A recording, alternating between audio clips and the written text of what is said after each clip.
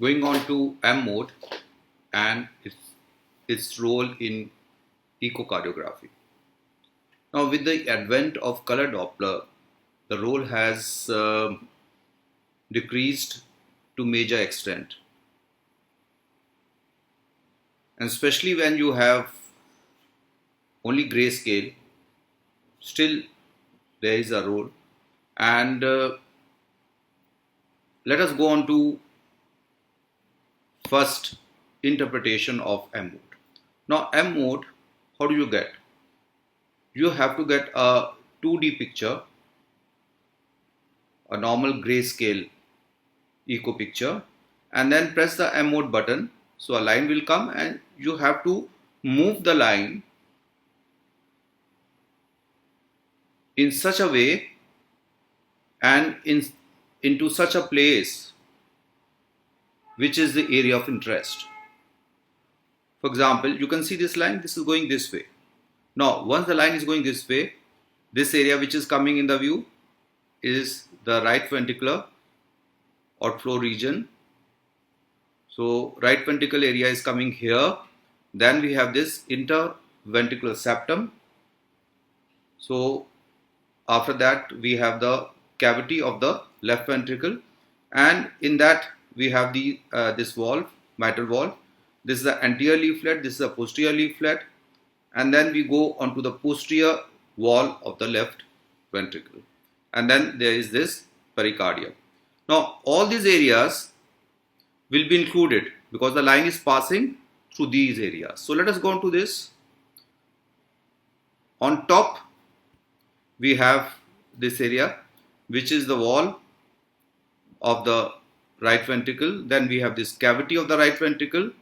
Then we have this area which is the interventricular septum. So it's coming here. And then this is the left ventricle cavity which is coming here. This hole is the left ventricular cavity. And this area is the anterior leaflet of the mitral valve, which is corresponding to this region here. We have this E wave, A wave of the anterior leaflet, and then posterior leaflet is also cut, and posterior leaflet is seen here. This is the posterior leaflet, and then posterior wall which is here. So this is the posterior wall of the left ventricle, and then we have this pericardial area. Now let us go further. You can see this video. Now in this particular case, first the line was passing through this area, then here again. See, when it is passing through this area, I'll just freeze it here and let us see here. This is the right ventricle, and you can see the wall of the right ventricle is coming here. This is here. Then the aorta is coming, is being cut through this line. So we have this aorta, full here area here is the aorta, and you cannot see the leaflets clearly, but one leaflet you can make out here. So leaflets are also being cut, and this is one cusp of the aortic leaflet. This is the other one, posterior one. So we have one cusp here, one here, and you can in fact make out how much is the opening. So by measuring the opening size, you can get an idea about the level of stenosis or whether the valve is normal. You can even measure the size of the aorta here.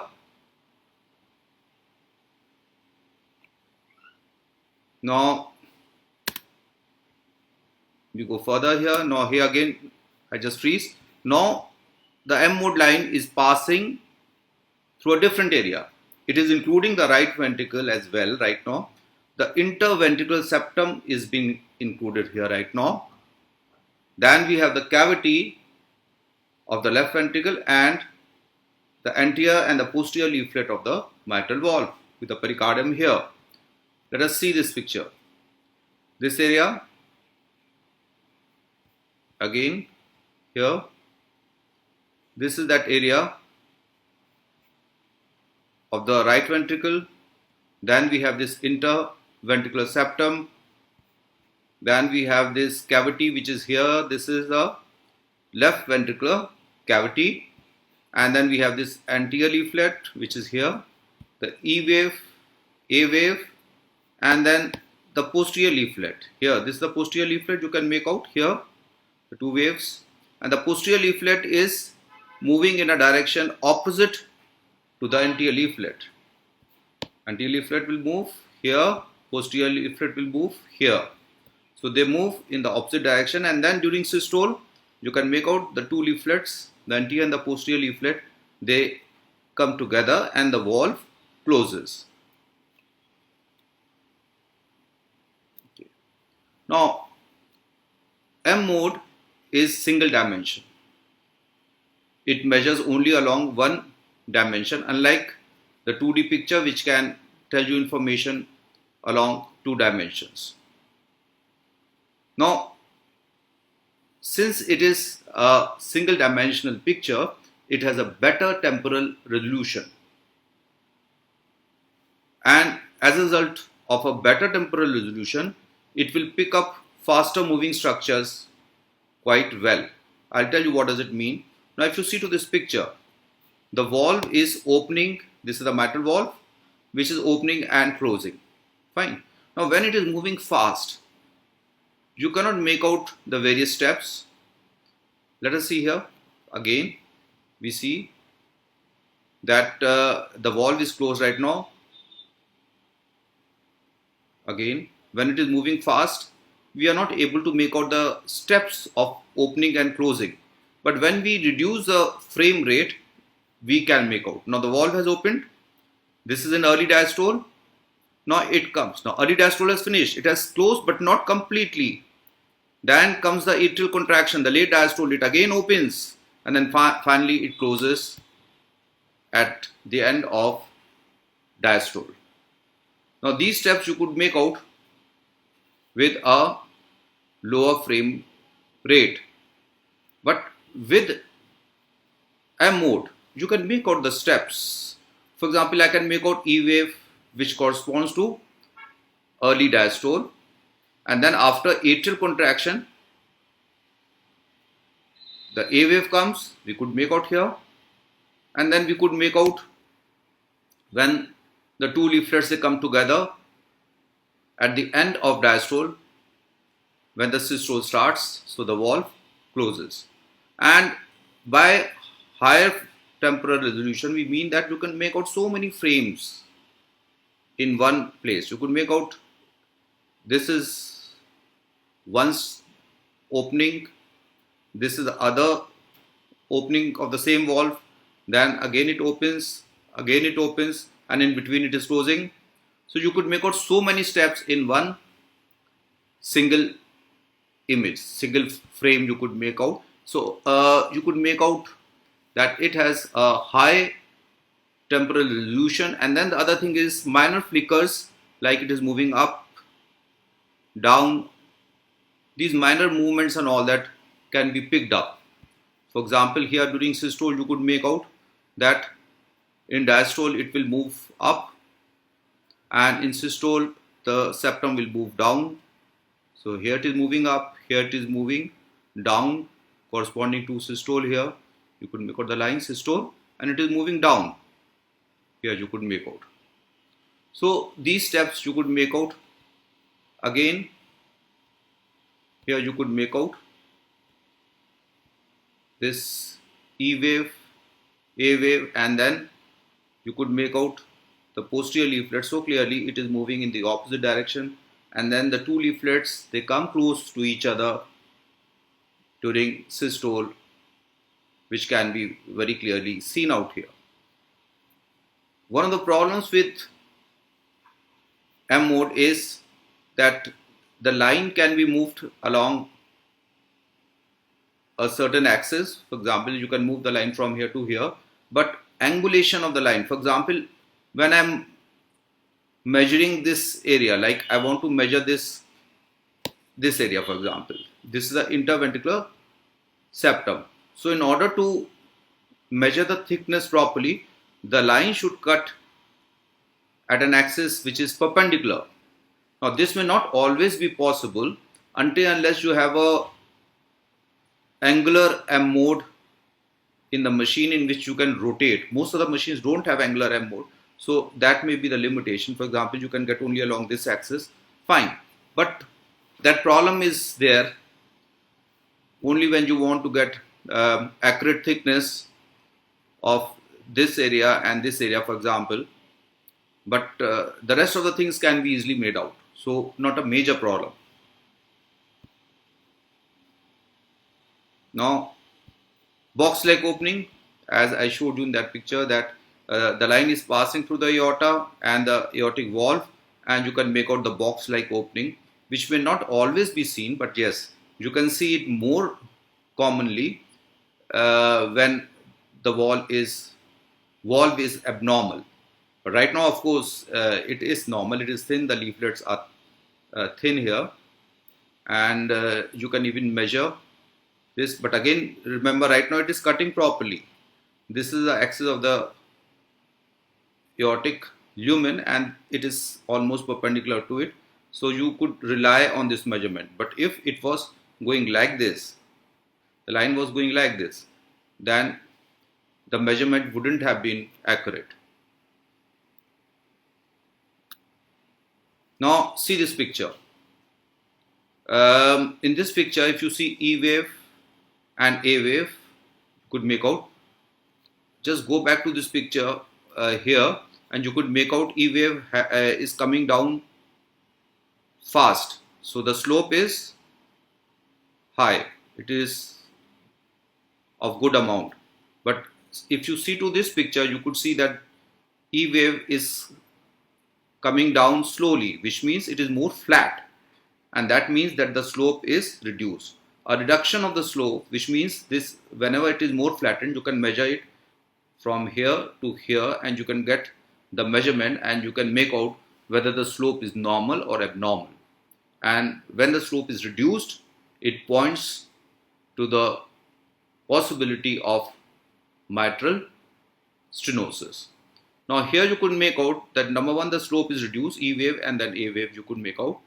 And the other thing which is even more important, you could make out that this is the posterior leaflet of the mitral valve and it is not moving in the opposite direction, but in fact it is moving, you could make out especially here, in the same direction, and that is a paradoxical motion which can be due to fusion at the edges of the two leaflets, that is known as commissural fusion. But anyway, the more important thing which has to be seen here, that during systole the two leaflets, they close and come close to each other here. In this case you could make out that they have come close to each other, but they are moving quite anteriorly here, and not only they are moving anteriorly, but the anterior movement is to such an extent that it is touching the interventricular septum. Now this is known as SAM, systolic anterior motion. Now systolic anterior motion, when it touches the interventricular septum and that duration remains for a significant amount of time, what will happen? During systole, the blood is passing through the left ventricular cavity here, and this is causing obstruction. So the patient may have obstructive symptoms of aortic stenosis. Now this thing can be picked up quite well on M mode. Of course it can be picked up on 2D also, but if a person is confused in 2D, you can pass an M mode line and you can be quite clear about it.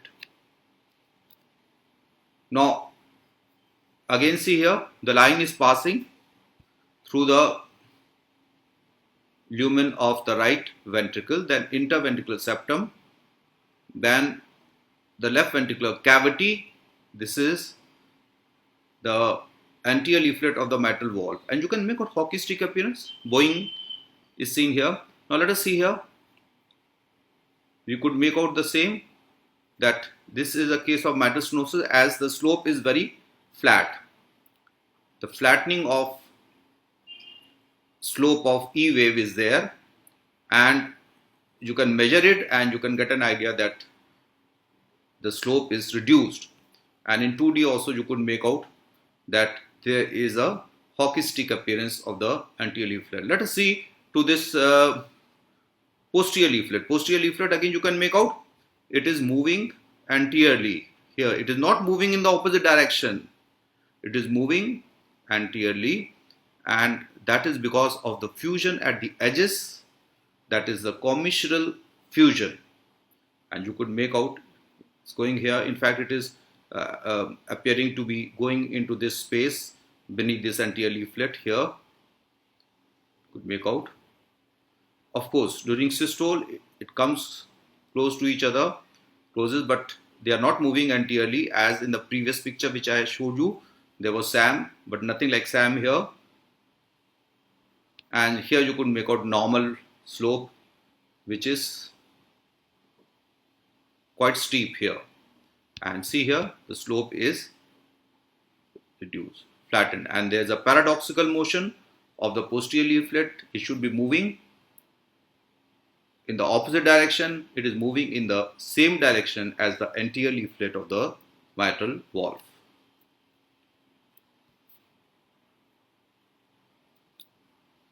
Now just see this picture.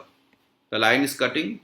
This is the right ventricular lumen, and wall is appearing bright because of a bright pericardium. And one of the reasons for that is there is fluid here which provides good enhancement. There is this pericardial effusion here, and this M mode line is cutting through this area, and you could make out that this area, which is here, there is this pericardial area, and next to it we have the wall of the free wall of the right ventricle, which is here. And if you see to these areas in other case, here this is a normal one without any effusion. Here there is good amount of pericardial effusion. Just see this picture. You could see that the movement of the right ventricle wall, free wall here, is little, and you could barely see it very clearly. Here, because of the fluid, you could see more clearly, and the other thing is it is moving too much. You could see during diastole it moves anteriorly, and that is the reason the cavity increases in size. So it is moving anteriorly, but the movement is too much, exaggerated. And during systole, again it is moving posteriorly, which is a normal movement, but movement is exaggerated.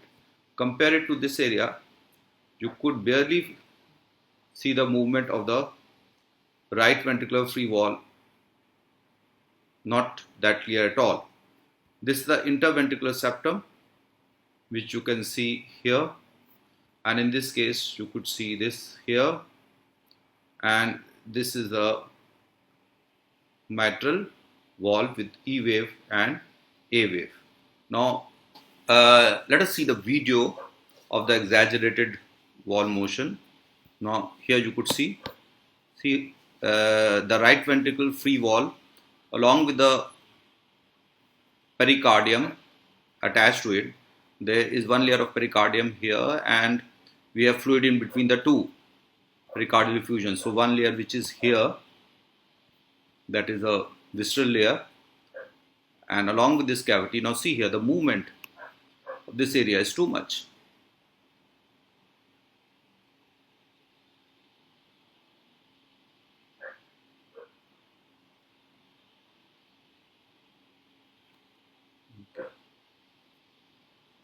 So that's the reason you could make out this area moving a lot. So exaggerated movement can be picked up on 2D as well as on this M mode. Okay. Now we go on to ejection fraction. Now ejection fraction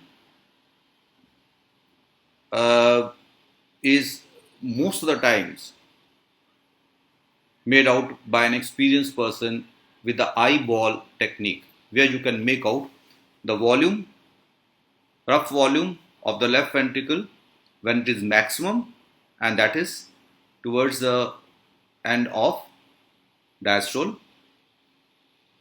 and then see the change which occurs towards the end of systole.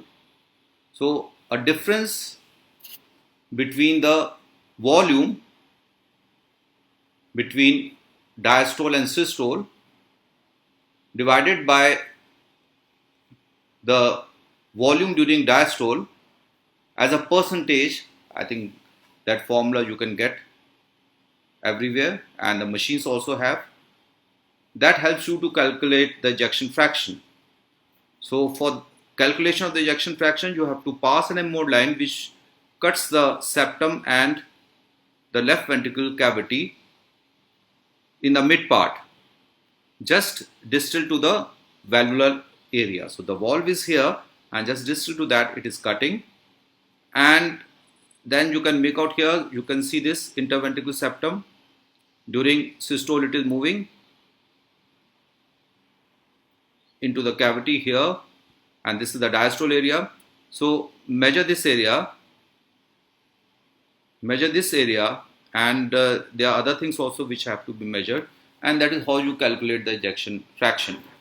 Although this is not that accurate way of calculation of the ejection fraction, still a lot of people do this. Now, why it is not that accurate? Because you are getting an idea about the volume through this area, this region. It may be possible that the contraction is good in this area but not here. So overall contraction of the left ventricle is not being made out. That's the problem. So a better technique will always be the eyeball technique or calculation in 2D by the Simpson's method. These things will be taken out later on, but right now what I want to tell you is about the various uses of M mode, and it is up to you whether you need them or you don't need them. Thank you for this.